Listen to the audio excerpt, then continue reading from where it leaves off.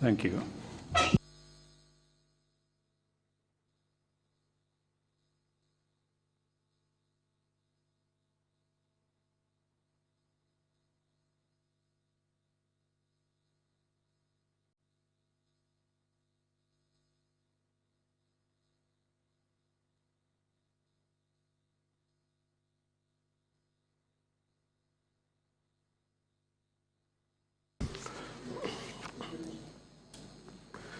Welcome back, Mr. Saine.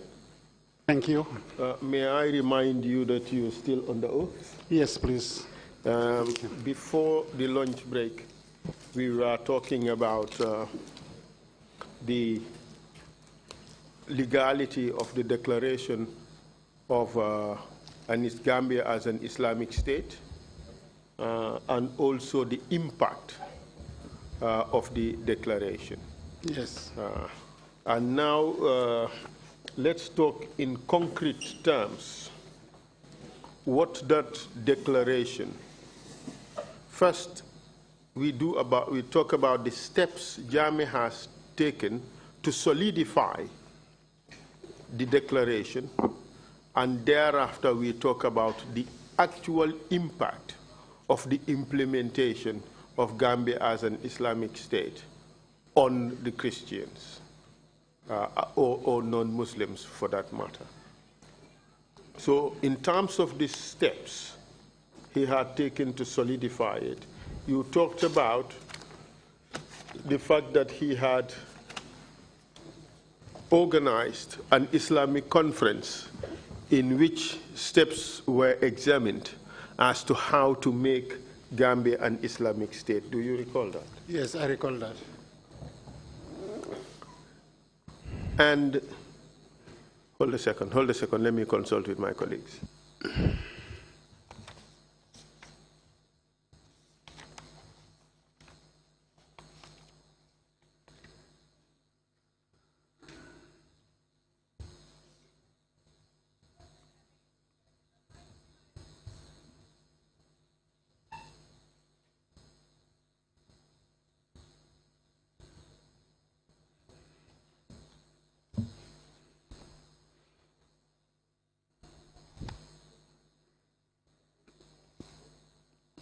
And you also talked about the pronouncement he made that the Constitution would be changed, and then the Gambia would implement Sharia law, yes, and the Quran would be the Constitution of the Republic. I recall that. How did you feel about that? Most uncomfortable.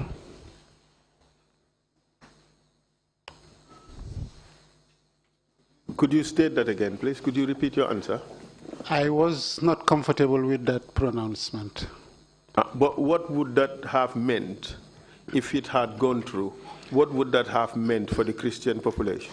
See, Gambia being an Islamic state and proclaiming Sharia law means application of Sharia law. Sharia law, to my understanding and experience, it has great depth and variety of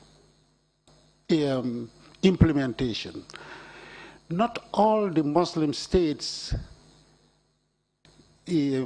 implement it in the same manner. There are variations. So I wouldn't tell to which pattern Gambia is coming to fall into. What pattern of Sharia law are we going to? Let me show differences between Sharia law. In Saudi Arabia, for instance, which is the citadel of Islamic faith globally, Sharia law is being implemented fully, and me being at a disadvantage means I cannot practice my faith. That is how they implement it there. There is nothing like for the minority or whatever. Saudi is an Islamic state and considers only Islam and the practice of Islam. You take it or you leave it. There is no halfway. In Gambia, when we said Sharia, was it going to have that implication to me? This was what I was thinking. And it is applied in the Middle East jealously, not only Saudi, but all the other Arab countries in the Middle East, especially the Gulf. There is very much restriction of the practice of any other religion other than Islam. And I don't happen to belong to Islam. So naturally, all these things were playing part in me. I said, what form of Sharia are we going to implement in the Gambia? And who gives the answer? And who determines it? The restriction of religious practices varies. Kuwait will tell you, okay, I will allow you to build a church, but it will not be in the residential areas. Saudi will tell you, you don't even build it here at all. And Gambia, what was Gambia coming to tell me? And they are both Sharia states. And in page 59 of your book, you went on to say that this may seem extreme and even far-fetched, but it fits perfectly into his political doctrine of reducing Gambians to the type of subservience found only in religious scripture.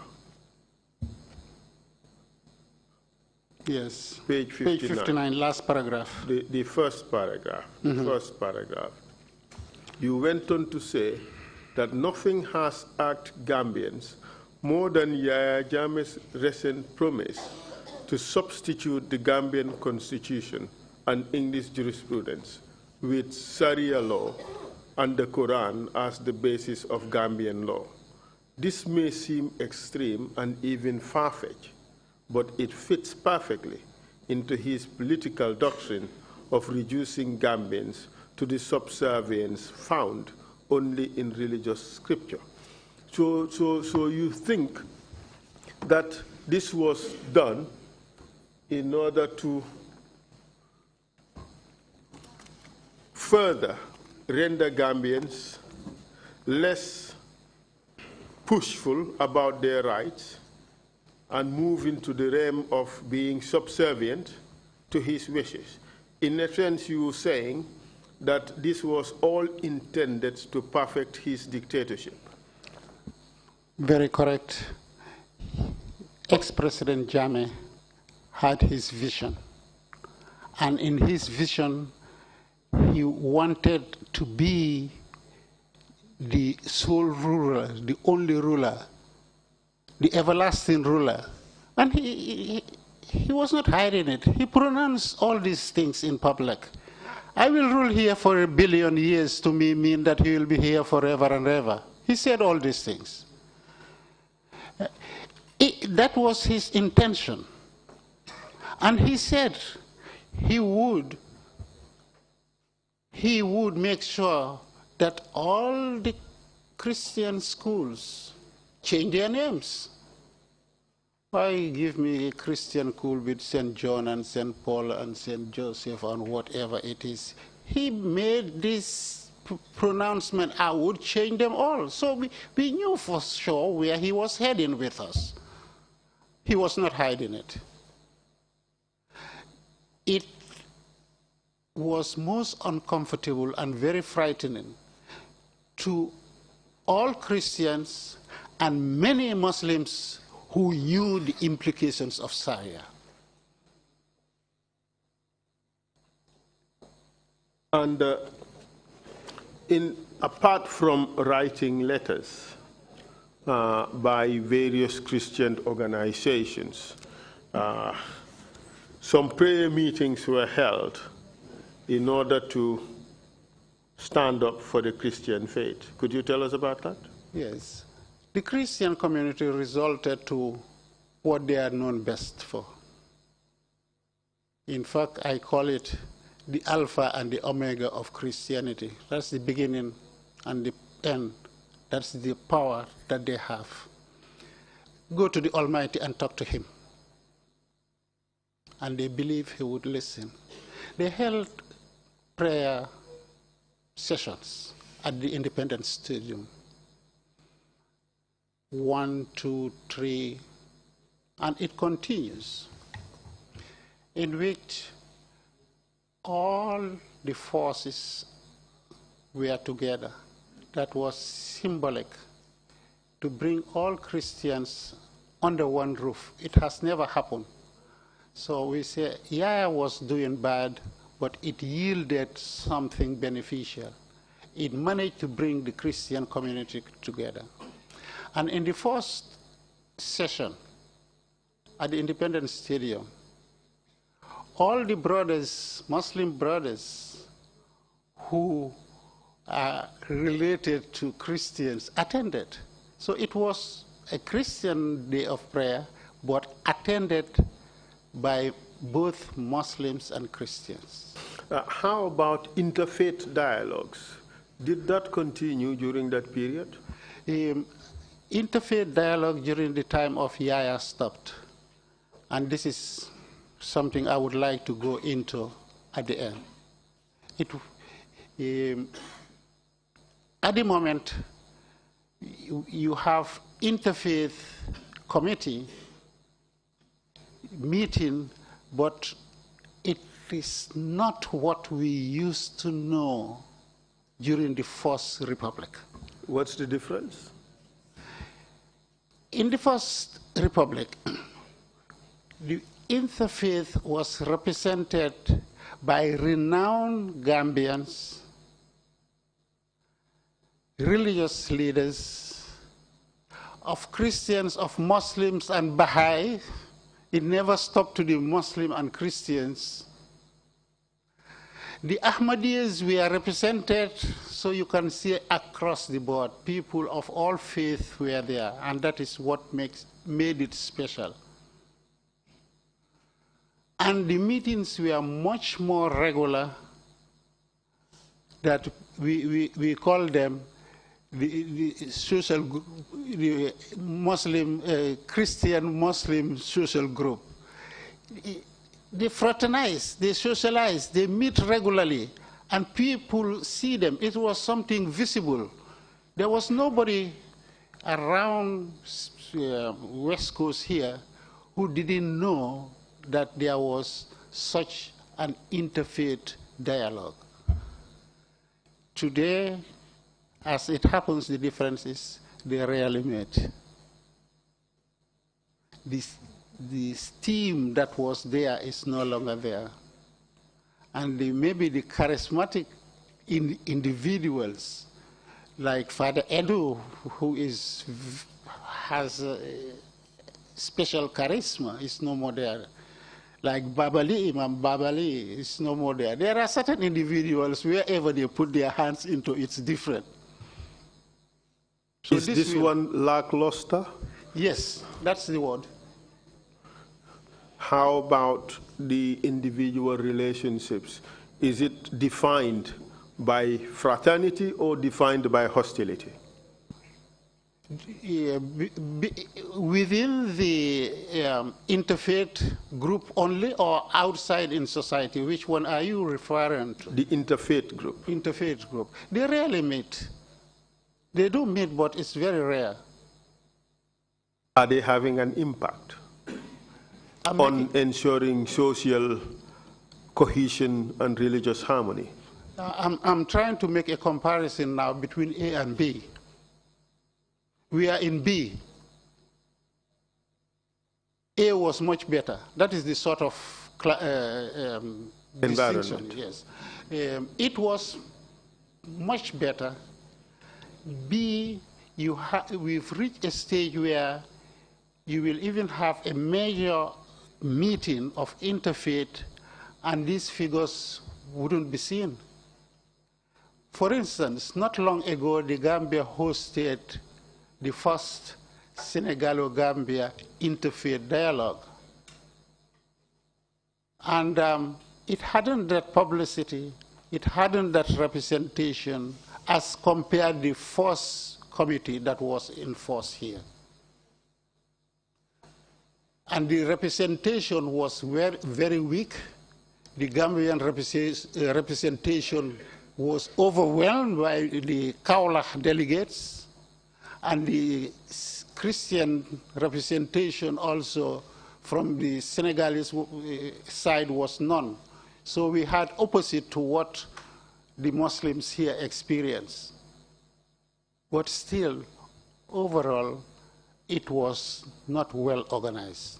And this was an international activity.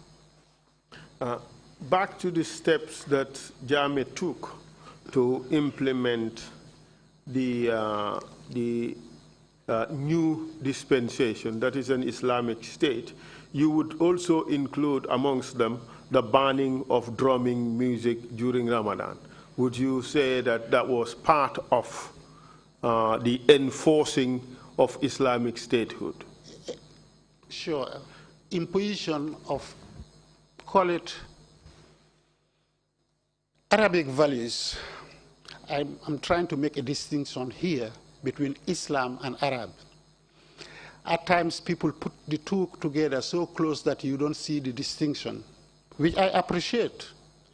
But yet, if you look closely and honestly, you will see the distinction. You will see a habit that you will say, this is Islamic, and another you say, no, this is not Islamic, this is only Saudi. I give an example. If I go to Kuwait, I find women driving, and he's Islamic lady. She belongs to Islam. If I go to Saudi, that woman wouldn't be able to drive, and it is still Islamic. So how they practice it in Kuwait is different from how they practice it in Saudi. So we tend to take what is Saudi and say that is Islamic. Yes, that is true. That mistake is made sometimes. But back to this issue of the imposition of the ban on drumming, are you suggesting that this is not Islamic and that it is perhaps Saudi? Yes, we brought in two things, and that is why I brought in Saudi and Kuwait. We say drumming and dancing, which is on one side. We say the veil, which is on another side. The veil and how they practice it here, you will see much similarity between here and Saudi Arabia. It is a common copy of Saudi women, not of Kuwait, not of Iranian, not of Syrian. And all these groups are Muslims. So you want to do what? To make us bore the Saudi culture of clothing, how they look like. This is not Islam, but they proclaim here, they claim it is Islam, Islamic dress, as Imam Fatih would tell you. But would he be wrong, really? I challenge him, that is not Islamic, that is Saudi. And I make the distinction between Saudi and Kuwait. The Kuwaitis don't do that. But if Kuwaitis decide to implement a more relaxed rule of the veil as compared to Saudi, it doesn't necessarily mean that the Saudi version is un-Islamic. The Saudi version is too strict, it's on the extreme end. And this is why I say you have variety. But also it being at the extreme end does not necessarily make it un-Islamic. Let's just agree on that and then we move on. Because it is important here. It is culture. So I can see so the your difference. argument is that the wearing of the veil, as it is done in Saudi Arabia, is cultural and not necessarily Islamic. That's what I mean. Well, I'm not sure I have the competence to argue that. A lot of practices you will not see until and appreciate until you live with them. the men, how they dress, if you see one, you say to me, it's Islamic. You may be right, but if I see it, I'm not going to say it's Islamic. I can tell whether this is a Kuwaiti tobe dress, or a Saudi dress, or a Yemeni dress, or an Iranian dress. They all differ. So which one are you bringing to me to tell me this is Islamic? You bring in the Saudi one and tell me this is Islamic. Why didn't you bring this Kuwaiti one? But all of them would have one common denominator. And that common denominator is perhaps what identifies as the Islamic part of it. Take, for instance, that one has to be adequately covered to the extent that private parts would not expose. That would be a common denominator. Say for women, the covering of the head and the neck would be the common denominator. It does not necessarily have to extend to the face. So these are the things perhaps that would make it Islamic and not necessarily Saudi. You agree with that? Exactly. And not necessarily Saudi. Yeah. So what you are doing is not Saudi at all. It is Kuwaiti dress. The Kuwaiti or Yemeni dress. It is not Saudi. You can tell me, is it Islamic? The ones we put on here, is it Islamic? Yes, because if it meets the requirements of Islam, be it Gambian, be it Nigerian, be it Saudi, or be it Emirati, for as long as it meets the Islamic requirement, you can say it is Islamic. And you agree with that? I agree, but I want you also to see that if it doesn't deny it being Islamic. If it meets up with that requirement, it is Islamic. What if it doesn't? Does it make it un-Islamic? Yes, it would be. I've brought my tobe and it is yellow in color, and his is white. That is the only distinction. Is it Islamic? But no, we're not talking about colors. We're talking about other more stringent requirements. I have brought my tobe, and it is below my knee. Is it un-Islamic? For the woman, yes. No, I'm talking for the man. Let's come to the woman also. Yes, for the woman, it would be un-Islamic. For the woman? Yes, it would be. Okay, for the woman, I've brought my abaya, and it is showing my neck. Is it un-Islamic? For the woman, you expected to cover the neck. Yes, if it doesn't, is it un-Islamic? That's my question. Yes, it is. So all those people in Syria are not Islam? Not necessarily. Yeah? They wear the headscarf. So you apply your common sense and you apply your own culture and it will be Islamic. I think we are now discussing a point that is really outside the issues that we need to focus on. The important point here that we need to get into is how the steps Yahya Jammeh has taken to enforce this unilateral declaration. How has that affected the rights of Christians? Yes. We've talked about that it's a violation of their constitutional rights because the declaration is unconstitutional.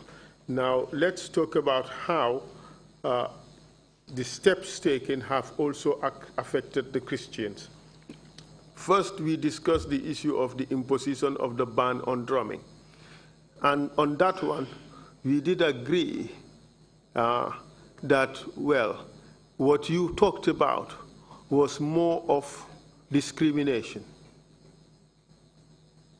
between Christians and Muslims, in the sense that it is the same ban for Ramadan is not extended to cover Lent, when both Lent and Ramadan serve almost the same purpose. That is what you suggest. I did. But I raised the issue that is perhaps much deeper than that. How about those who do not believe in either religion, and they believe in drumming in the exercise of their own religion? Would you say that that pronouncement, that ban, was also or represents also a violation of their rights? Agreed. Okay. So then let's move on. The other steps taken by Jammeh, according to your book, was the imposition of the headscarf. Yes, please. On all civil servants. Could you talk about that, please? Yes. The imposition was unfair because in our culture here, Gambian culture, a woman may expose her hair up to before marriage.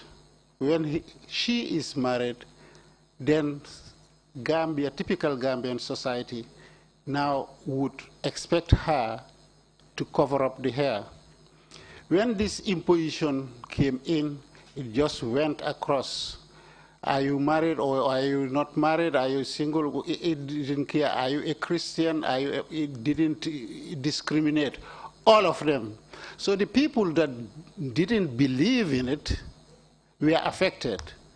It is only probably those who accepted that as a norm, they continue. They won't see the difference. In the imposition of the ban found you doing that. So there is no difference at all. But if I am now looking at the report of the International Religious Freedom Report for the Gambia on 2016, which was provided by the U.S. State Department, and it reads as follows: that on January 4, the President issued an executive decree requiring female government employees to wear headscarves to work. I think it also included members, those who work in other state agencies like parastatals and so forth. It affected all. According to media sources, the memorandum was delivered to all ministries and departments. The President's decree received attention from international media and opposition parties. On 13 January, GRTS announced the directive was lifted and female employees did not have to cover their hair. That's right. After causing all that harassment, you now lift it up. You ask yourself, why was it introduced in the first place? And if you answer that question, probably then you can tell us why was the ban lifted. And what we understood here was he sincerely imposed the ban. Unfortunately, society compared other women with the wife and said the wife is not respecting the ban. And they were taking that as a cause for them to revolt against the ban. If the #1 head of state, first lady, is not unveiled, why should the rest of society be unveiled? So finding himself in that difficult situation, the easiest was just to lift the ban. And many things like that happen. Other things which I thought were not the function of the head of state, but he's had his idea and groomed, cultivated by Zakir Naik. For instance, he went on radio denouncing bleach and skin color, skin bleaching for the head of state. He shouldn't have. That is not, to my opinion, that's not the function of the head of state. Give it rather to the Ministry of Health. They are in a better position to justify it and to convince people to stop doing it. They will give you better reasons. But he put his fingers into all.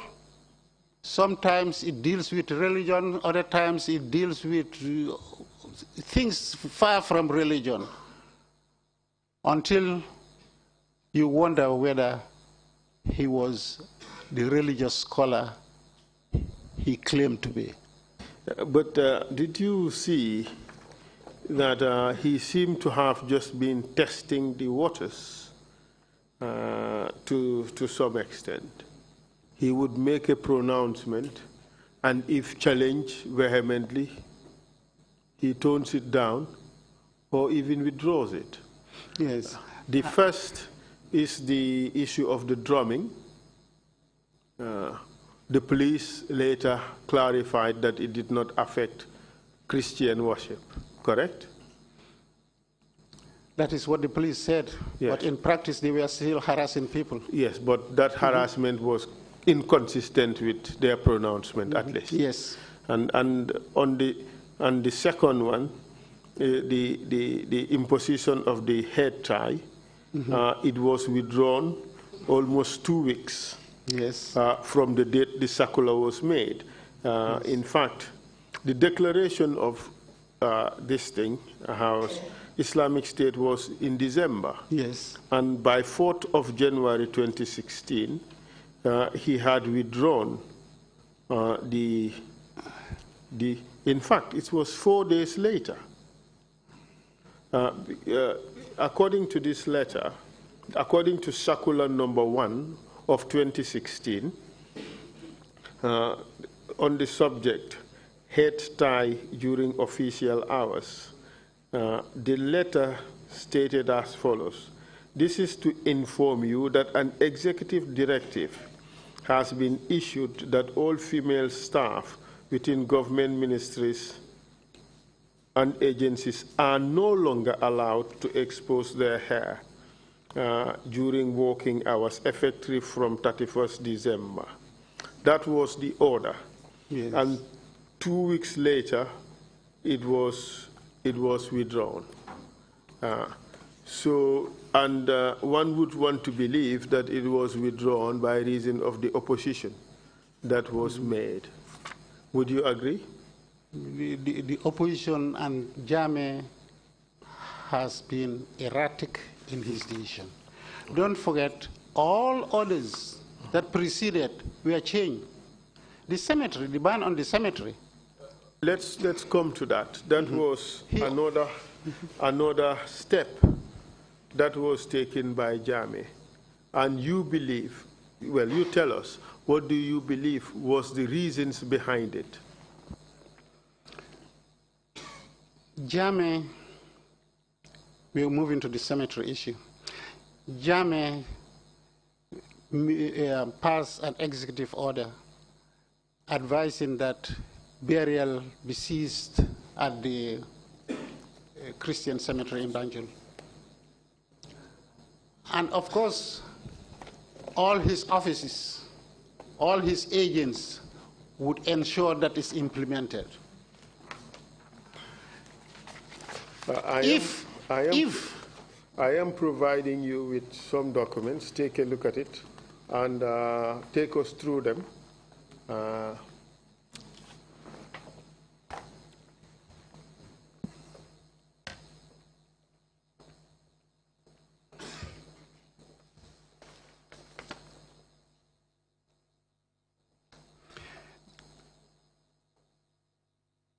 I will go through the first one, which says request to cease burial at the Christian cemetery, Banjul. I write to convey executive directives for the stoppage of all burials in the above-named cemetery due to space constraint with immediate effect.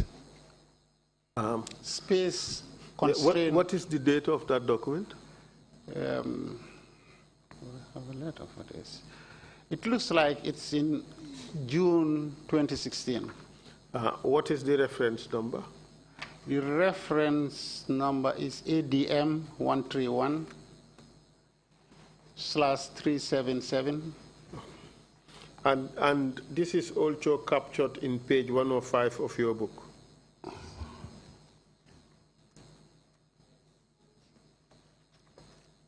It must be. I just want to confirm. Yeah.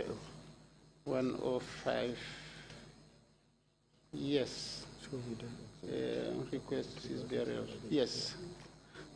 Yes, so this is already in the book, so we do not necessarily exhibit the documents I have given you. It is there. All right. So, and there's a response by the Christian Council. Could you take us through that? That should be on the next page of the book, page 106, but the document is also provided to you. It's easier to use the book because that's the exhibit. Use the book, page 106.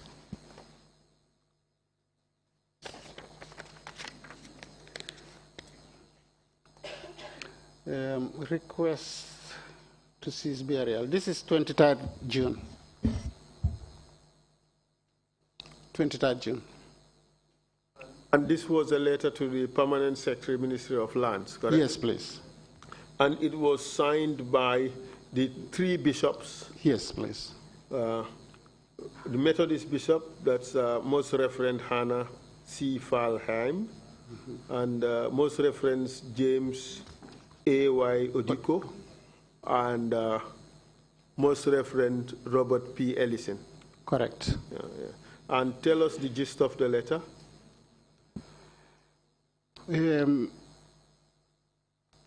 They conducted an inspection of the cemetery.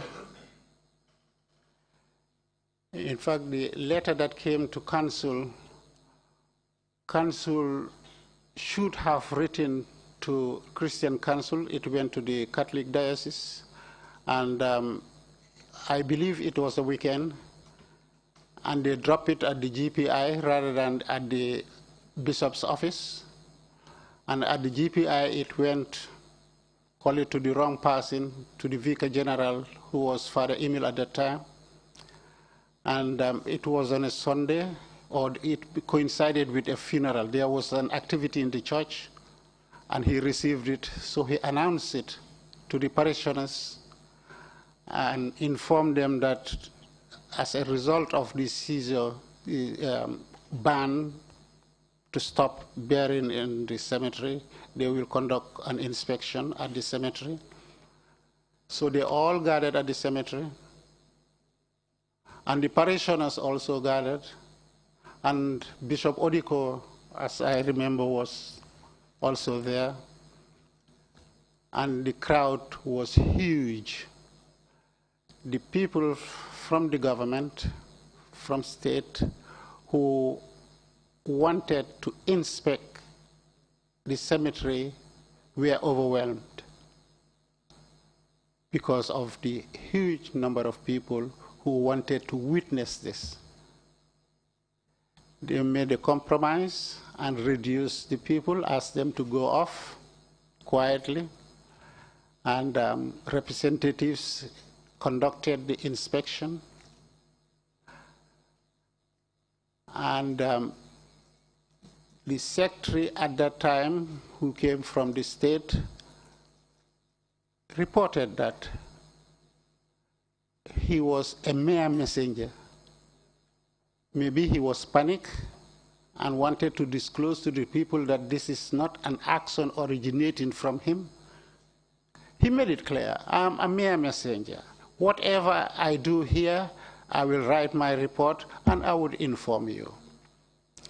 The report came eventually, and the Christian community, due to the inspection report by the engineers, staff from physical planning, they concluded this cemetery was not full. Actually, there was much space, and to their estimate, it would take the Christian community more than 50 years to fill that space. But would you say that perhaps this was more an error of judgment than an attempt to interfere with the rights of Christians?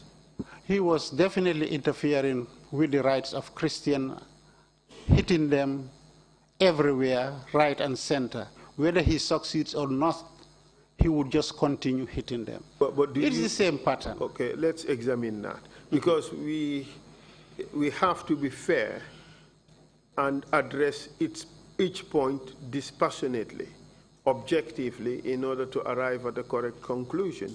You would agree that the Muslim cemetery was separated by perhaps less than 5 meters from the Christian cemetery. Agreed.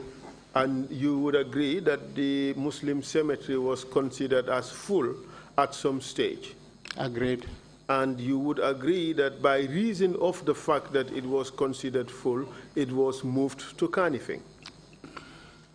I will qualify that later. It was moved to Kanifing. Yes, I will agree, but I will have to qualify that later. Please do so now.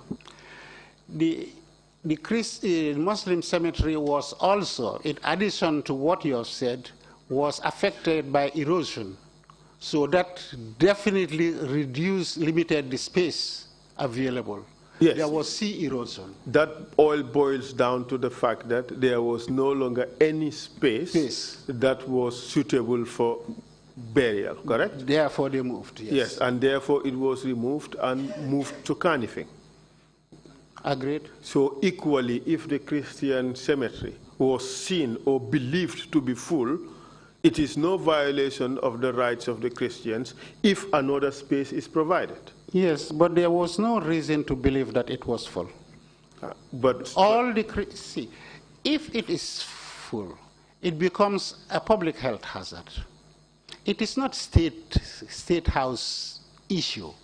The public health department, the environmental health department would have taken it up. They see what is happening and they would react to it. So the mere fact that it is coming not from the health authorities and not either from the Banjul City Council, but rather from State House, would tell you a lot. So your complaint is one of procedural irregularity and not necessarily the violation of a right of the Christians. He was irregular, and irregular in his hitting of the Christian community. To Yaya, it doesn't matter. As long as I reach my target, and who is the target? That's the Christian community. Whether I hit them justifiably or not, he was a dictator. Yes, that is not the point that is being discussed, whether he was a dictator. The question is whether that decision was motivated by a desire to hit the Christians, or was it motivated by other reasons? By the desire to hit at the Christians. That's your opinion. That's your evidence. But when you provided evidence of the fact that the cemetery can still accommodate more graves, the decision was changed. Okay. So wouldn't you think that if the decision was solely intended to attack the Christians and violate their rights, then perhaps it would not have been changed simply because the pretext at which it was made was found to be untrue? No, if the pretext was found to be untrue, you withdraw, because you cannot justify it with that pretext. That was not the real reason. The real reason, you never mention it to anybody, but people know the real reason. He didn't say, you Christian, go out, I hate you, I will take your cemetery because I hate you, I dislike you. No, he just gives you an excuse. It is full, you go. Yes, but when it was showed not to be full, he withdrew the decision. Yes, and the pressure applied, he knew he couldn't. Just like all the other proclamations. He would bring it in just like the hair tie ban, just like the drumming. It's just the same pattern. Just like the declaration he made in Birkama. All these things, they follow each other. We would come to that. So your position is that if the Christians hadn't challenged his decision and provided empirical evidence that this place is not full, agreed, he would have stuck to the decision. They took a very stiff resistance. I can remember that day. Even some Christian communities went on their own to buy T-shirts and give it to people free to come and stand and blockade the cemetery. It was most unexpected that they would react that way. In your book, you quoted, you rather reprinted an article written by Matthew K. Jallo. Yes. Please. I must say, a very well written article. And it's about the Gambia desecrating the Christian cemetery, yes. Corruption of Islam, impunity gone too far. So I will read out an excerpt of that, and I would want to find out whether this is how the Christian community viewed Yahya Jammeh's actions. And it reads as follows. I'm reading from page 108 to page 109. And I read as follows. It says, quote, Yahya Jammeh's recent efforts to test the resolve of the Christian community is a familiar pattern that, over 2 decades, permitted him the pleasure of gradually seizing on citizens' perceived weaknesses, exploit their fears in his perennial quest to leave his stamp on every aspect of Gambian life. This has resulted in the alarming integration of the military regime and Islam as an institution, altered the constitutional secularity of the state, and evolved a mutual relationship that is purely political in nature. Islam in the Gambia has effectively been turned into an accessory of the state, with Muslim leaders assuming willingly or forcibly preeminent roles in the harmful subjugation of citizens and psychologically wrecking of the collective Gambian psyche. Evidently, Yahya Jammeh has taken his control of the institution of Islam in the Gambia to the extreme, very often obliging Muslim clerics to participate in his ritual idol worship, to the chagrin of young Muslim scholars.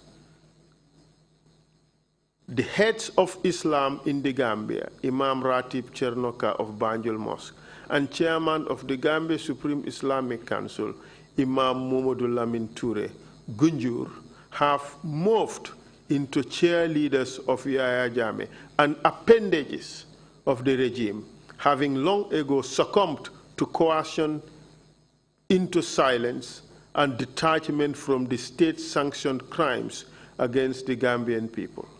Until recently, Christianity as an institution has been the holy grail of Gambia's rabid politics of divisions. But the recent burial of eminent dissident radio journalist George Christensen at the Banjul Cemetery has again awoken the evil in Yahya Jammeh and triggered his challenge of one of the oldest and most powerful institutions in the Gambia, the church. Unquote. What do you say to that? Matthew was my senior at school. We know each other very well. Both of us were in St. Augustine's, though he was 1 year or 2 ahead of me. But we know each other and we've been related with each other up till today. But these are very strong words. Yes. It seems to suggest that Yahya Jammeh has hijacked the religion of Islam and was weaponizing it against the Christians. Yahya succeeded in many ways. And at this juncture, we were in constant communication, discussing the way forward. Those of us who were still in Gambia and those in the diaspora. And we discussed this particular subject, and this was the view that take up your stand there. Don't allow him to ride over your heads as he has done with the Islamic Council. They cited example. They say he succeeded in overcoming them, paddling his way through. But you being there on the ground, don't accept it. I think that Matthew here was attempting also to embolden us here not to give in. And he was able to achieve that. When we saw this communication, we said, let's stand up. We saw it happen with the burial of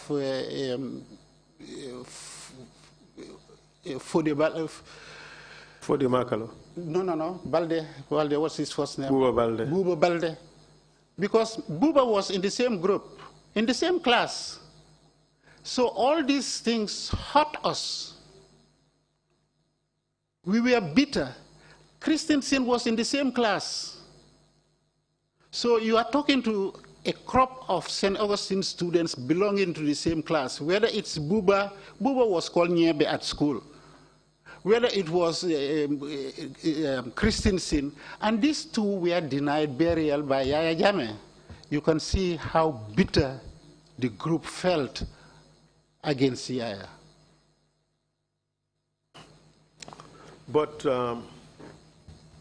people argue that apart from these cosmetic steps Yaya Jammeh took to implement or to solidify his Islamic State, it was just political pandering to the Islamic states because he has lost the West as development partners. What do you say to that?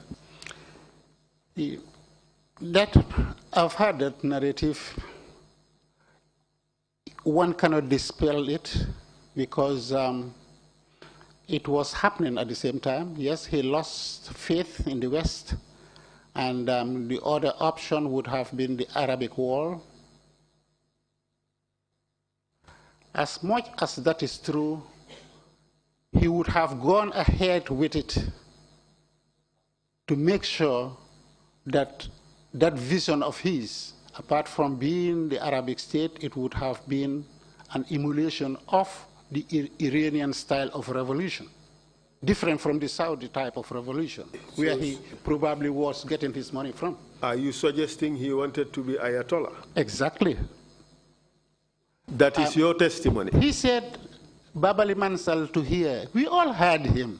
Well, it was not strange to ears when he said, I am Babali Mansal, I will rule here for 1,000 or billion years, well, whatever he said. He was made Nasiruddin, but a title right. He rejected afterwards.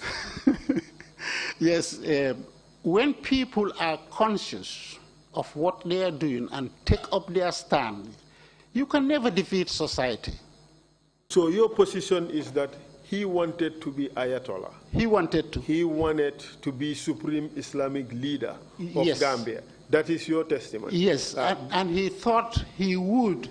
It was only the election 2016 that changed his course. We thought he wanted to be king.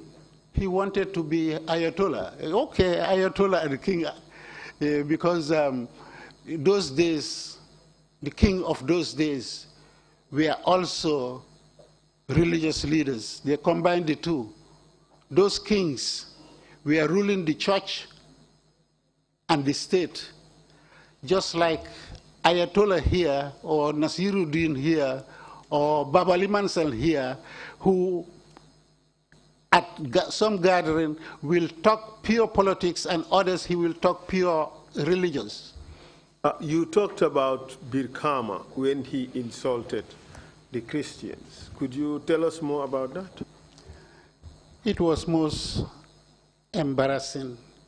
It was at a rally in Birkama, but equally very irritating and disturbing to the Christian community. He took the position similar to Zakir Naik. If you know these two, you can always see the similarity. His was to attack on religion and Christianity and belittle it, and he borrowed a lot of phrases from Zakir.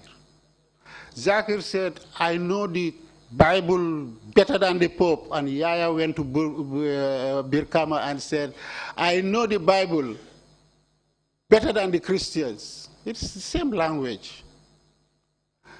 Zakir's advice Yaya said, you form the majority. You are 95% here Muslims. That's a huge number. You should turn this country into an Islamic state.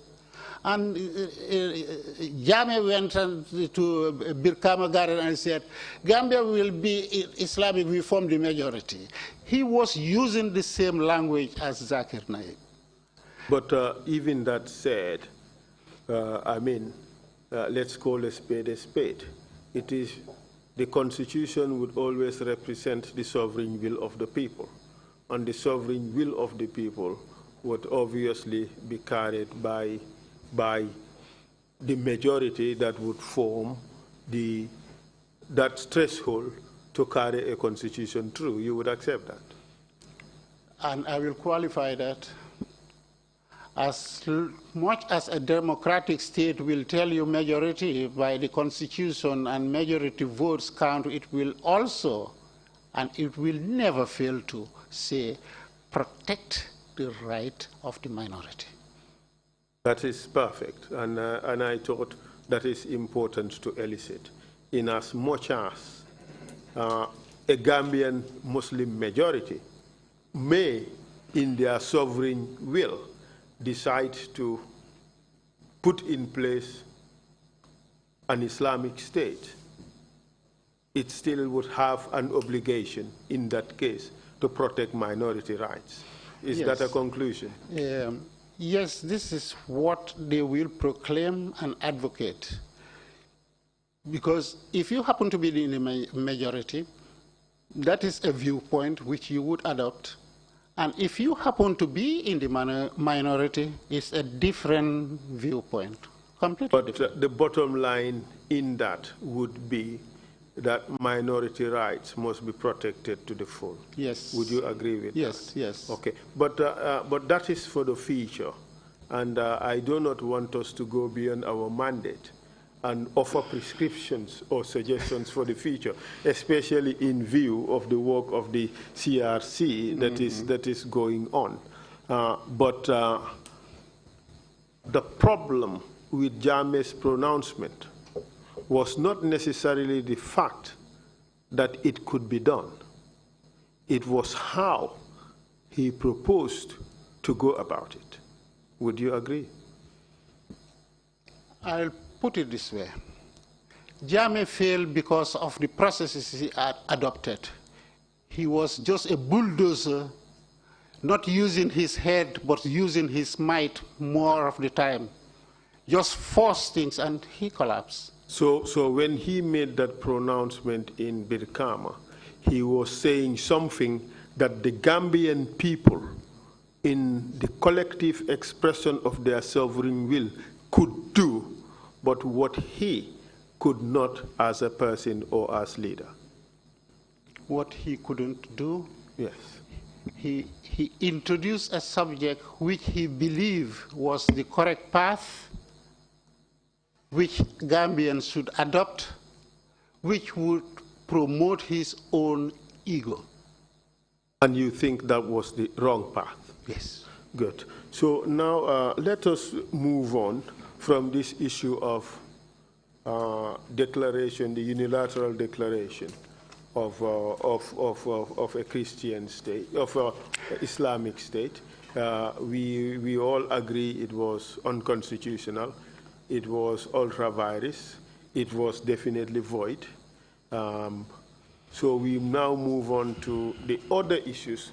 I have received a list of other complaints that had been made by the Christian community. I will take you through them to see whether these are complaints that you also share. And one is the re-registration of churches. The churches, there were two limbs to this. One is that there was a denial, an embargo on registration of new churches, and the other is the requirement for re-registration of existing churches. What can you say about that? Yes, I can say such. I will refer to one here which says registration of new churches. And it was addressed to the Gambia Christian Council.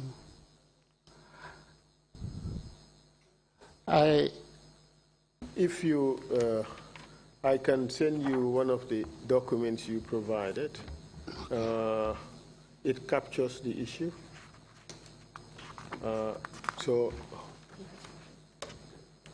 Yes, I would send it to you. This is the registration of new churches. It's 27 February 2012.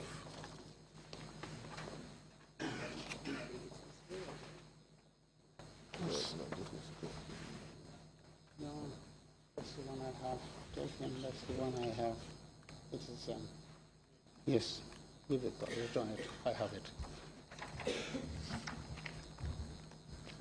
It says, I herewith forward the attached correspondence conveying executive directive that no new churches should be registered until further notice. This is dated February 2012. 27, 2012. Mr. Chair, we asked to put this document in evidence. Could you provide a copy to the chairman to take a look at? Yes. The issue with this registration ban of new churches is that. Okay. Mr. Chair, the book would be 116A, and this should be 116B, exhibit 116B, if admitted. Sorry, did I hear you correctly? 116B? B, yes. Oh, thank you. Request granted. Okay, thank you, Mr. Chair. What is the impact of this document? Yeah, the impact is, it is too long. The time it was released, nobody knew for exactly what was the reason. So you tend to hold on, thinking that you would come to learn the reason. And the longer you wait, the more, of course, time goes on and no action takes place until you think that probably next month an order letter would come to say that now you can resume. You keep on hoping against hope. Next month, next year, until we are now in 2020, and this was written in 2012. Up till today, a follow-up to this letter is being anticipated. The implication is new churches cannot be erected because of this ban. If you have the reason, you have the population expansion, and you want to but did you ask for a reason? Yes, people, even as far back as last week, I was in consultation with members of the Christian community who were interested in erecting churches, or those who were affected when they wanted to erect their own churches. The bottom line is, up till today, with all the inquiry, with the registration office, they cannot get it lifted. And they all quote to this letter when you go for registration. They will always quote to this letter. There is a ban. So therefore, you think this is an infringement of the rights of Christians to establish their own places of worship? Exactly so. It is infringement onto the Christian community. Because when you say a mosque, a church, I'm not thinking of a mosque, I'm not thinking of a synagogue. So, again, it is targeted. Whom? The Christian community. How about the other one? the re-registration of churches. That is churches that had already been legally registered by the government and operating in the country were asked to re-register. How do you perceive that? As government control mechanism. Again, too, it is the hands of government into religion. Want to control it for whatever reason they have in mind. If you want to register, you have to come to me. And when you come to me, I simply don't register it.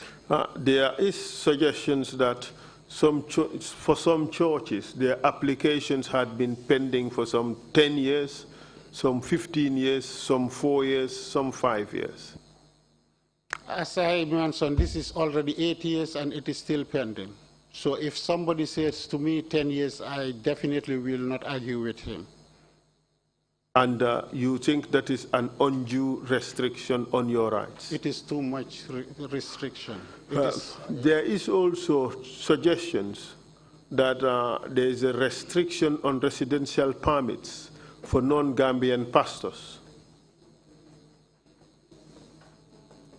Are you aware of that? No. You're not aware of that? No. Okay. But if somebody says to me there is, I will not deny it. I'll just keep quiet. I will not deny it. I'll just keep quiet because I don't know. How about the imposition of Islamic teachers on private Christian schools? This has an effect, yes. See, government has not been uniform, and probably this is why it is better for government, if you cannot be uniform, if you cannot apply the laws, your rules and regulations across the board, don't apply it, don't introduce it. I give a scenario where I said a family has 2 sons. One was 8 years and the other was 4. And it was feast day, independence celebration. He bought new dress, new shoes, everything for the 8-year-old boy. And for the 4-year-old boy, he bought nothing. And his reason, he gave reason. People always have their own reasons. I don't have enough money, I cannot afford it. That was his reason. He couldn't afford it. But you can afford to give to one full requirement, all his needs, and to the other 0. You see, I cannot afford it. You are developing hatred amongst the two. Both are your children. But all that you get is bitter hatred between the two. Government should be applying fair regulation across the board. If I want to deregister religious faith, let it be religious faith. But to say I'm regulating the Christian faith, then I keep asking myself, why? I can perceive the difficulty for government to share resources across the board. But if you cannot, as I cited example, do for none, and probably this is why we advocate a neutral state.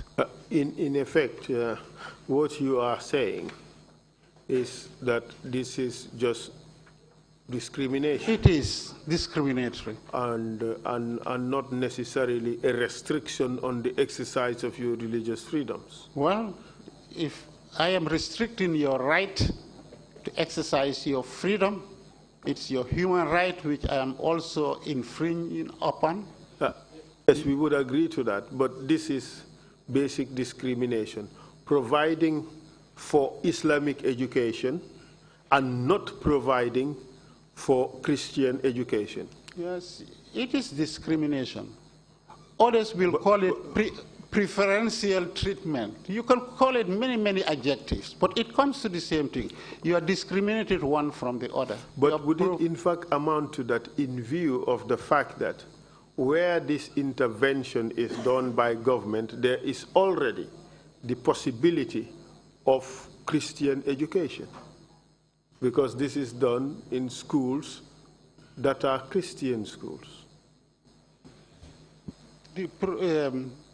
Say, for instance, they send a Quranic, an Islamic teacher at St. Augustine's High School. Okay. That school is already able to provide education on Bible knowledge to those who need it. By whom? It is the same thing. It is the same thing. Go to St. Therese. Yes, St. Augustine is one example, but I'm going to St. Therese School. I provided you with a Quranic teacher, and I pay for the entire expenses. The Christians, they have something similar to a Quranic teacher, and they call them the catechist.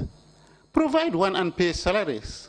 But that is already provided for by the school by reason of the composition and the constitution of the school itself.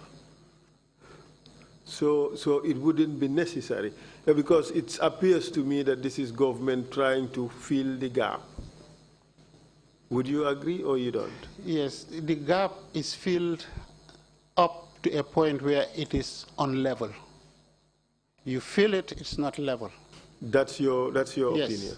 Okay, thank you. So let's move on to the next point. The commission, I believe, would have the elements to be able to make up its mind on these things as to whether it goes one way or the other. So we would leave it at that. The next point is harassment of Muslims who have converted into Christianity. Are you aware of any such experiences? I only heard the stories. A convert said it to me, but I have never experienced it. I'm not a convert myself. What happened is he was narrating his story, and this is not unique, that he converted and had an argument with the wife and went to the court and went to the Kadi court, and the decision was made against him. The judgment was made against him. He lost everything he had. He lost the wife. He lost his property, according to him. I have to go to the court to find out whether that is true or not. These are narratives. Another incident where this convert to Christianity was kicked out of the family, and he lost all that he had with the family. He almost ran away from them and is hiding. I've had another one in which this was a Christian renting a house in a Muslim home, and he was given a short notice of few days to leave the house. He was surprised, and he was asking himself, why should he behave like this? He gathered guts and went to the landlord and inquired, and the landlord said, last Sunday your friends came here, I heard them making prayers, I never knew that you are not a Muslim. There are many. But you would realize, Mr. Saine, that these are in fact social problems, as they would happen to Christians who have converted to Islam. They can also happen as it happened rather to Muslims who have converted to Christianity. It can also happen to Christians who have converted into Islam. So these are social problems that do not necessarily equate to the violation of rights. This is just intolerance of the people. That's right. It points at the level where this country has reached. Things that never used to happen are happening today. Stories that I would have denied 10 years ago or 10 years ago, I would have said, no, it's not possible. These things are now happening in the country. The previous administration cultivated this, and it is just getting bigger and bigger, not smaller at all. The other issue you raised is demolition of a church construction in Senegambia area. This particular church, very close to Senegambia, was not on the highway. It was deep down, and not this normal Senegambia route. If you come to the paved road, the road coming from where they call New Road, coming into Senegambia, it is within that locality. The church was being constructed. The saddest thing is the time they give the notice and the time they demolish it is only a few days. It just looks like they hated you from the onset and they just don't want to listen to you. If I serve a notice, I would go to the court and wait for that period of time for the defendant who was given a license to construct to argue his license, but he's got all the proper documentation. And you've given only 2 days to demolish it. It was too harsh. These things are showing something else that never used to happen in Gambia. Even if I had cause to, I would appeal to you and give you 1 month notice. We are all familiar with 1 month notice. Even I want you out of my compound, I'll give you 1 month notice. But don't come 2 days. That shows the vengeance, the bitterness in people's heart, which never used to happen. These are the symptoms of today.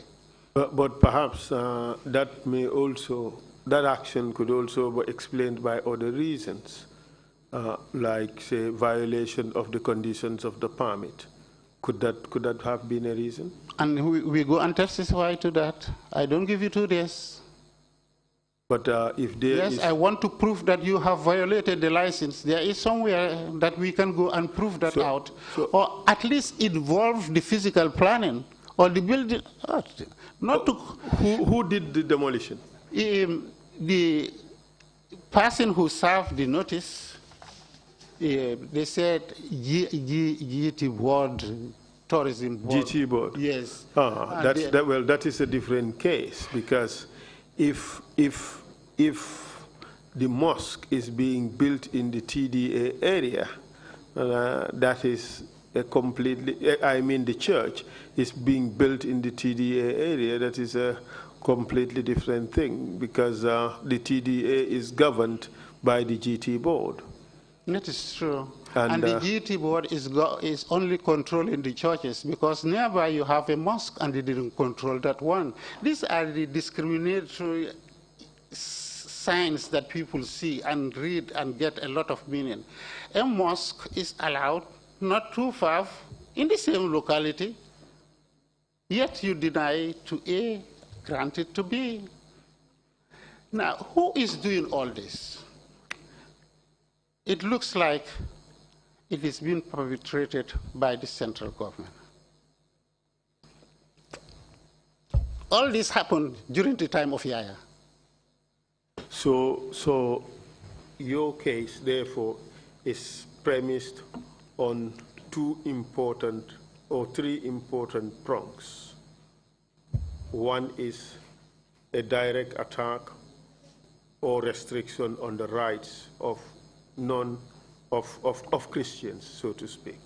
That is one, and that includes the unilateral declaration of Gambia as an Islamic state. It is the same story. He put it in words, and here he's putting it in action.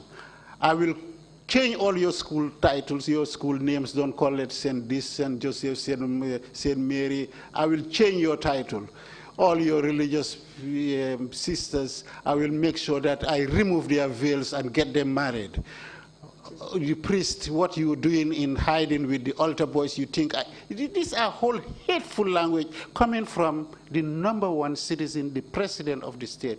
So when all these things spread in the nation, it is anticipated, it is expected.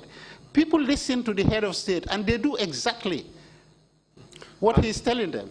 And the second issue, as you call it, is the harassment of Christians in the exercise of their faith, say by reason of the anti-drumming ban and use of other hateful language. Yes. And the third point you raise is the issue of the discrimination. What is done for Muslims is not done for Christians. That is your case. Yes, please, yes. All right, thank you very much. I have no further questions for you. I would hand over to the chair for the commissioners to ask other questions. But perhaps before I do so, I'll just ask one last question. We have seen that the attack on Muslim clerics involved unlawful imprisonment, on a lot of torture and exile. Have you ever seen any such attacks on Christians, like unlawful detention, like torture, like exile? Has it ever happened? I have heard of one. I haven't witnessed it.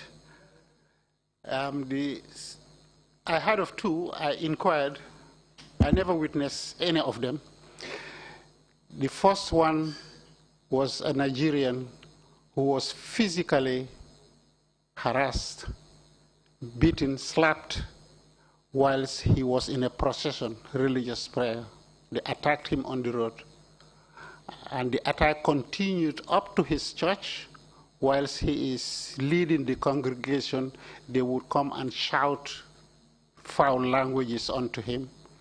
And the diocese just resolved that by changing him, asking him to go, because he was a Nigerian, and they brought in a typical Gambian Catholic priest to replace him, and that was how it was resolved.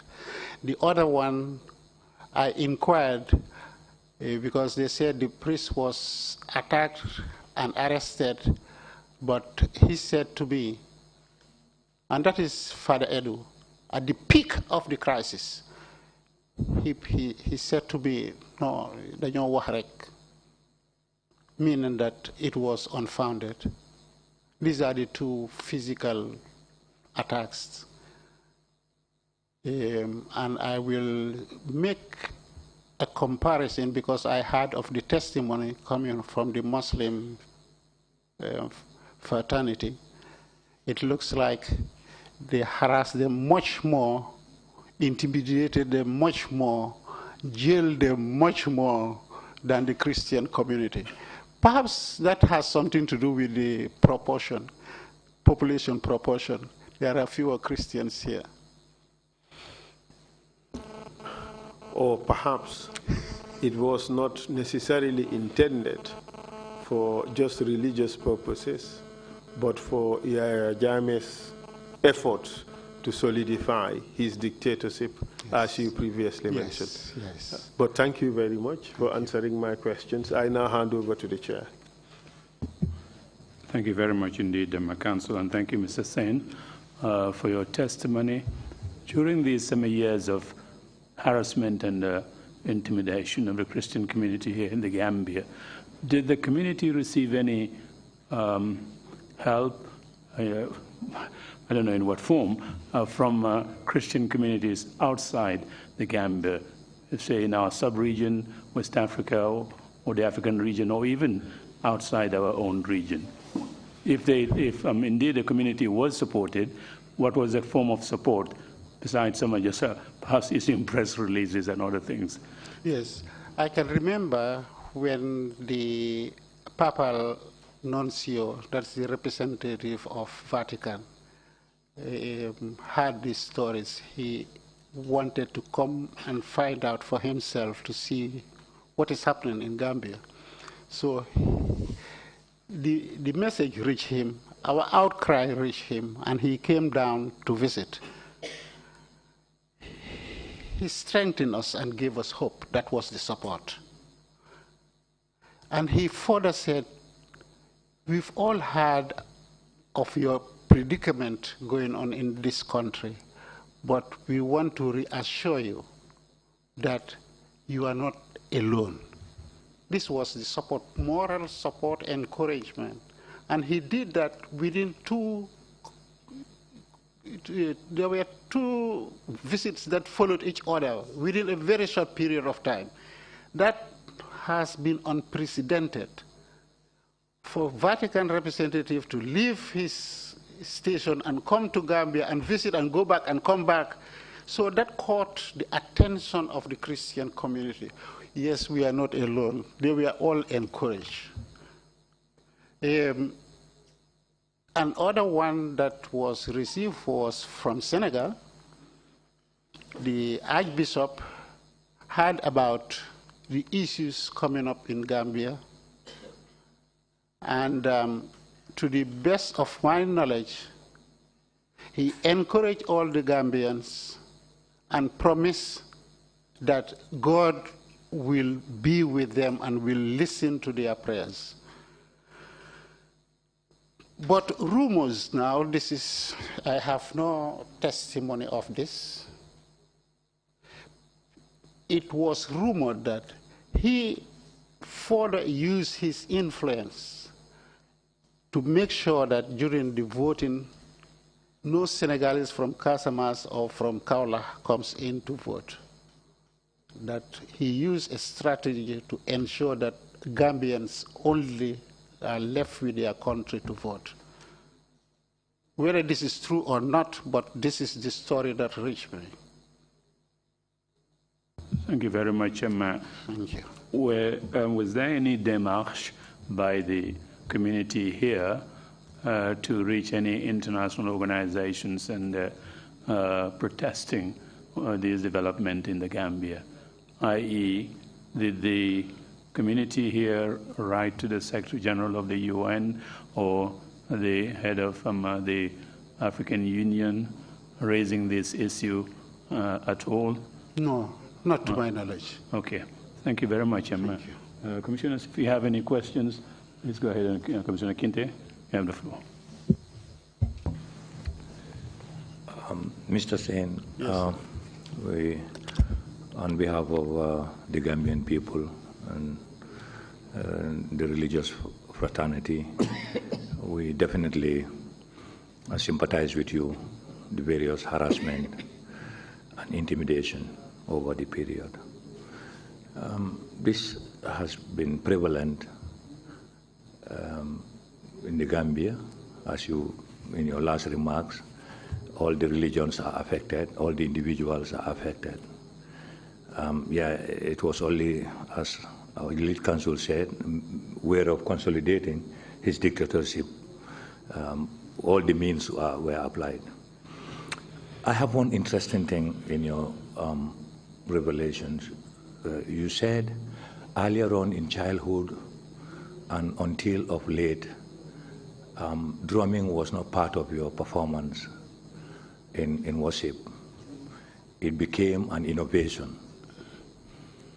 I'm not sure whether you recognize the incompatibility of the innovation to the social, the usual social cohesion and fraternity that has been happening between us as people of the same.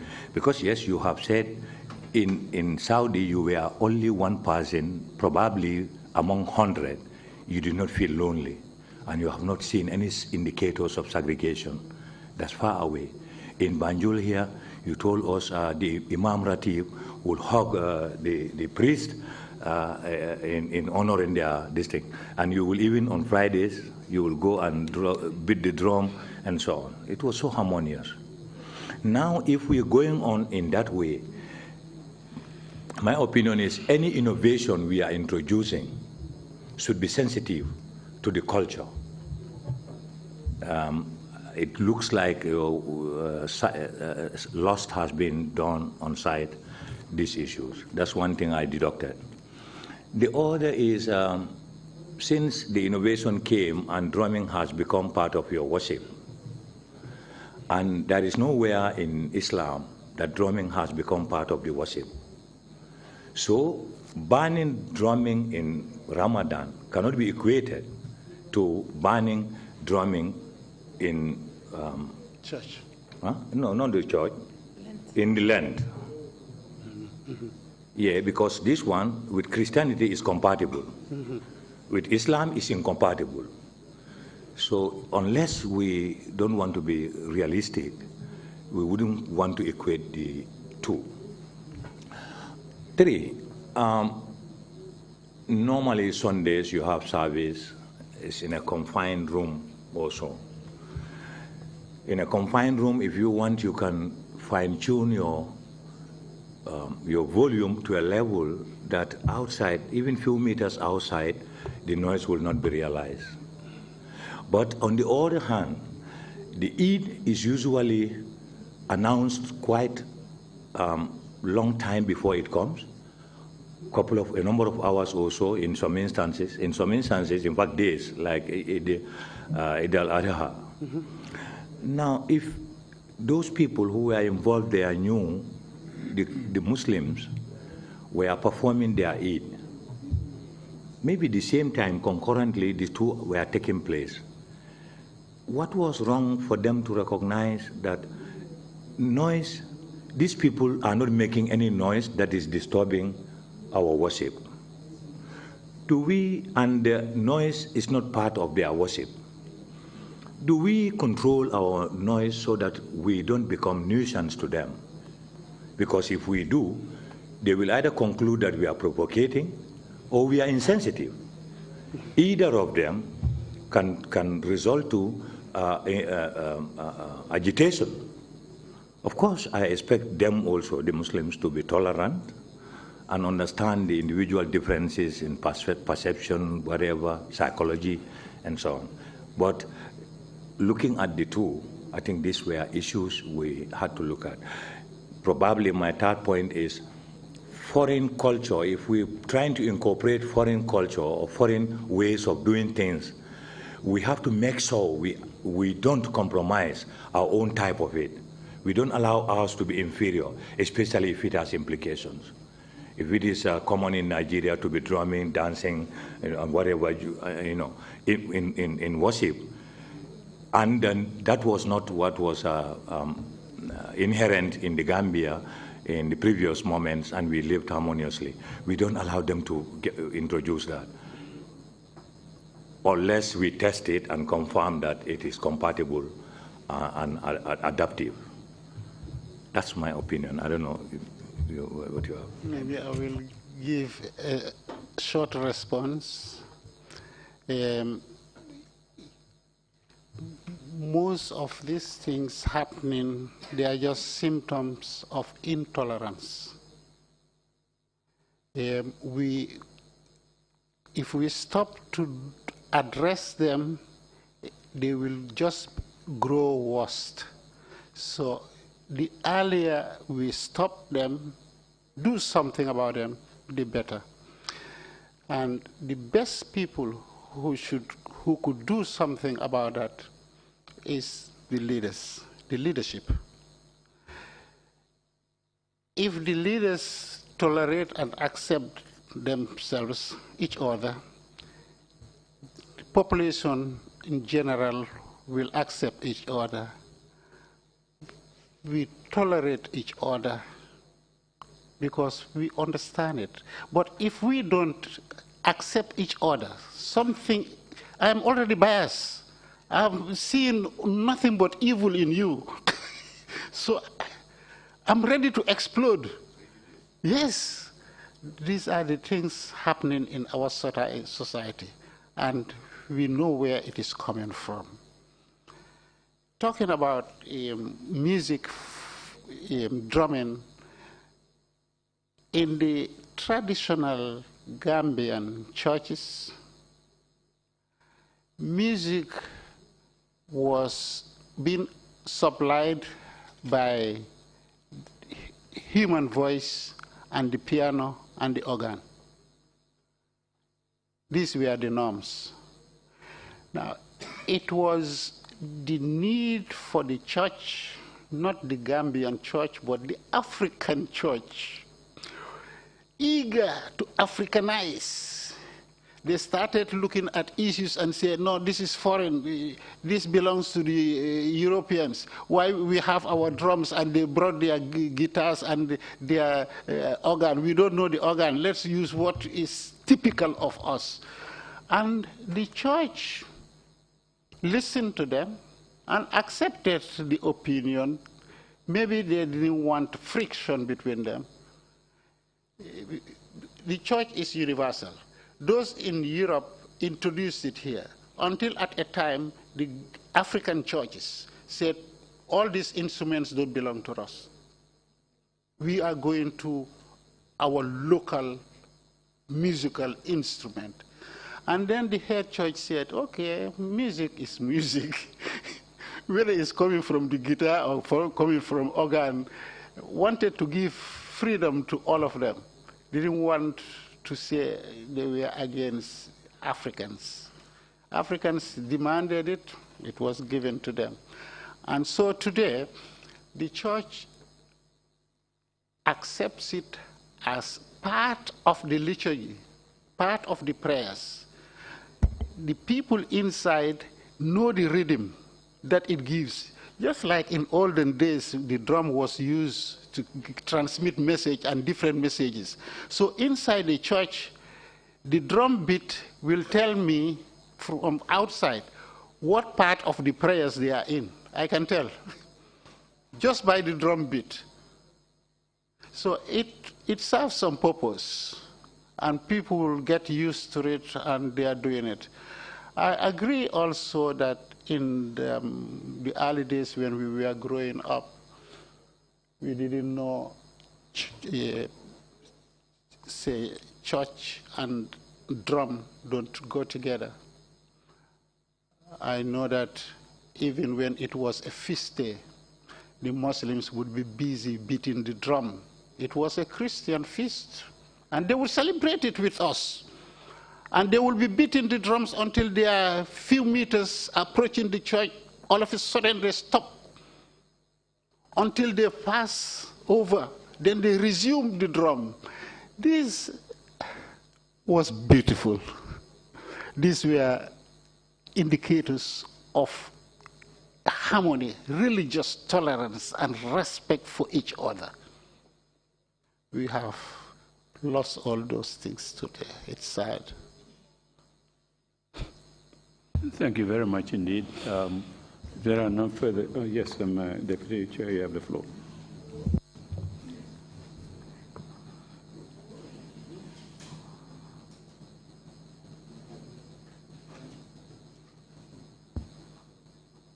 Please okay, proceed. thank you very much. Just one small clarification. Yes, please. On the issue of the Manjagos. Yes. Were the Manjagos Christians who were practicing their traditional burial rites for elderly people, or were they non-Christians? Yes. The church, when evangelizing, is aware that it's coming in contact with people of different culture, different habit. And as long as your practice is not offensive to Christianity, they allow it to flow. Now, when they perceive it as dangerous to the faith, they preach it and try to stamp it out. This area of music, and it's typical in the Manjago and Jola clan here, despite the fact that they have embraced Christianity and they call themselves Christians. When they have an elderly person who passed away, they have a cultural rites to perform. It's not only the beating of the drum, there are other rituals that will go with it. Now, this is not a Christian belief, but it is a traditional culture, and the church is aware of it, and maybe knows that it is futile trying to stop it. They will beat. If you reach certain age in the Manjago or Jola clan and you die, they will come to the house, a type of drum and a type of dance. It's also different, type of drum and a type of dance that they would do. This is being done, and there are some others. The church hasn't seen anything wrong with it and just turns a blind eye, allow it to go on. The one that the church doesn't hesitate to try to put a stop is to sacrifice an animal. Again, in these two tribes, in such incidents, they would spill blood, shed blood of an animal, and put it in a visible area in front of the main entrance to the house. The church doesn't like that and has been trying for a long time to put a stop to it.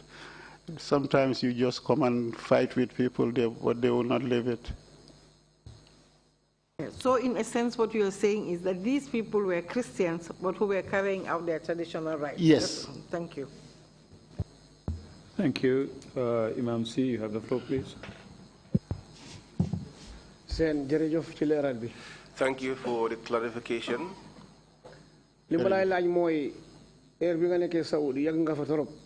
want to ask you is about the time that you were in Saudi Arabia. You spent a long time there. How were you going about your religion while living there? In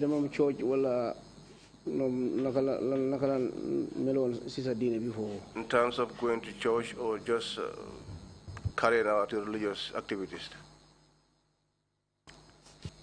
I have answered this question in many quarters amongst the Christians. This is the first time I'm hearing this question from a Muslim. The restriction in Saudi is severe, very serious. Churches are not allowed. Worshipping in any other form other than Islam is not allowed. Carrying a symbol of faith not belonging to Islam is also not allowed. How did I feel? It is equally the Saudi psyche to be very respectful to an American or a British.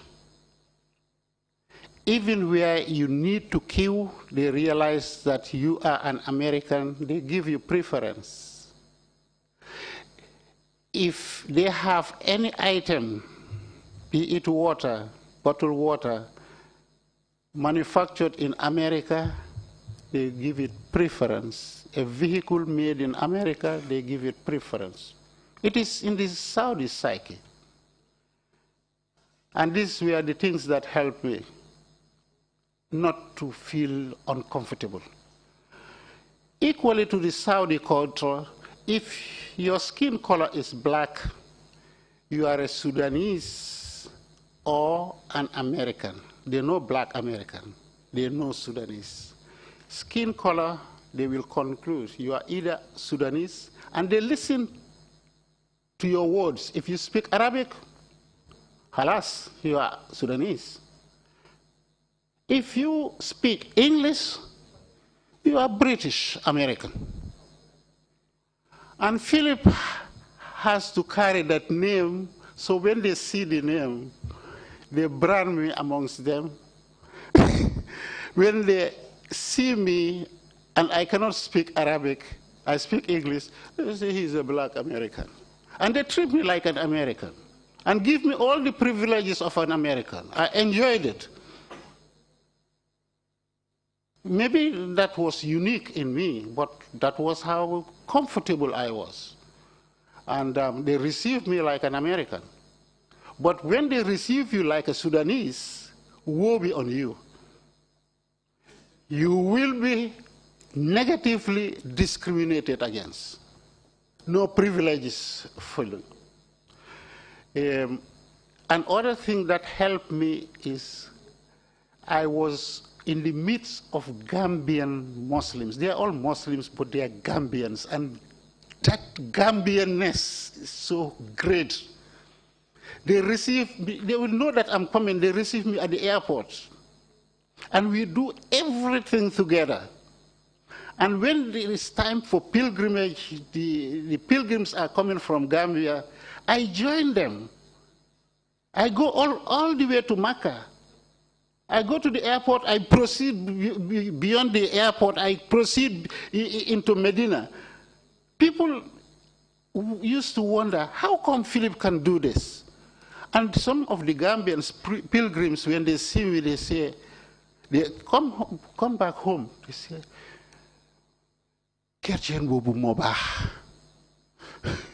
but it's because I was with them. We know that the Gambian pilgrims are coming. We go take some money, we buy something to receive them, things like fruits and water to receive them at the airport. And they see me distributing. And they know me as a Christian here. And they see me distributing water call it Jeddah, when they just arrived. It was a beautiful experience for me. Thank you very much. There are no further questions. If you have any closing remarks to make, please proceed to do so now.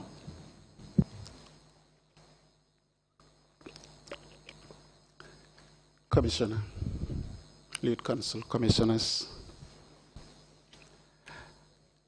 I am carried away by my youthful experience of Banjul. And I grew up and brought that to the West Coast.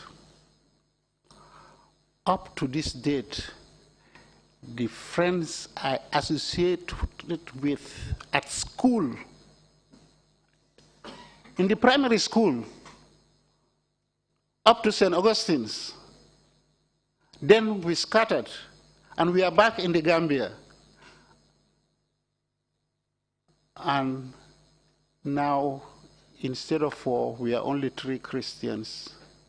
Instead of 24, we are now 20 Muslims. And we meet regularly. Nothing can taint that relationship. There's nothing on earth. When this draft constitution came up, the issues surrounding it, we chatted over it, we laughed over it. Sometimes one of our colleagues who was in America, a Muslim, of course, came and met us discussing it. Then he said, but here, we quarrel. We become emotional about the issues. As soon as the issue is completed, the day is over, we forgot about it. Back to our friendship. This is what I fear we are about to lose in this country. And I am seeing signals of that. And I would dread to see Gambia losing that prestige of being a peaceful nation. I used to say it's not only in Gambia, but Senegal as a whole. What you find here is unique. Nowhere else. I have traveled wide. I haven't seen it anywhere else.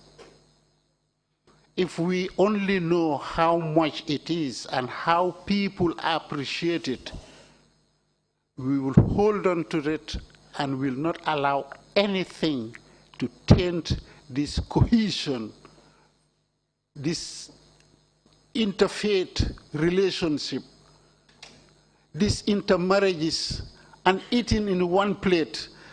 This is typical Gambian.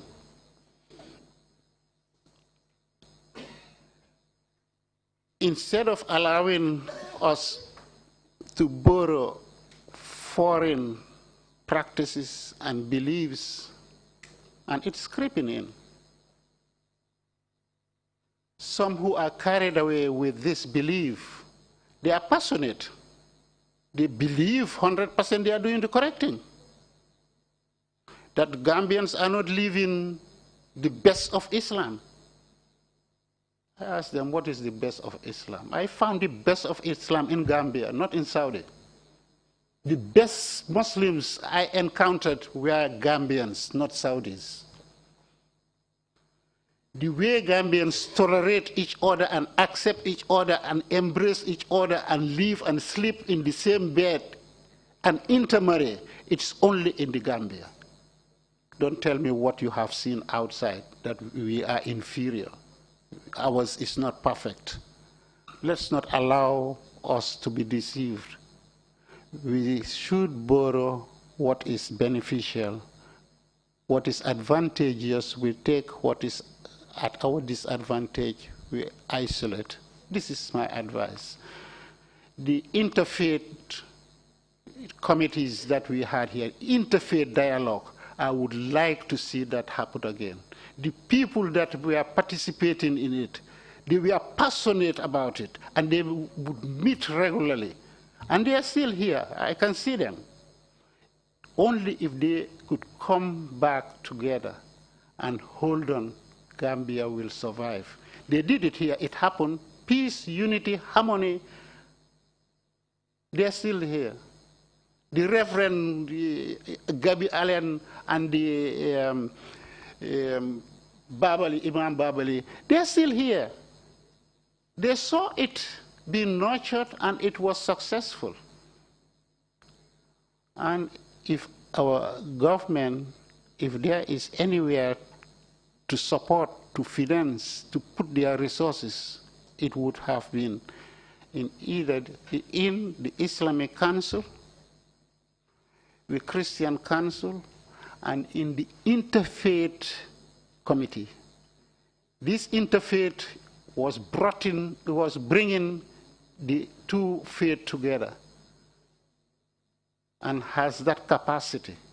Strengthen them, and we will see peace and harmony. Thank you. Thank you very much. Thank you very much indeed, for those wise words and advice as well. And thank you for coming to testify before the Commission. This brings us to the end of our proceedings today. We will resume tomorrow morning, 10 o'clock sharp. Thank you all. Meeting is adjourned.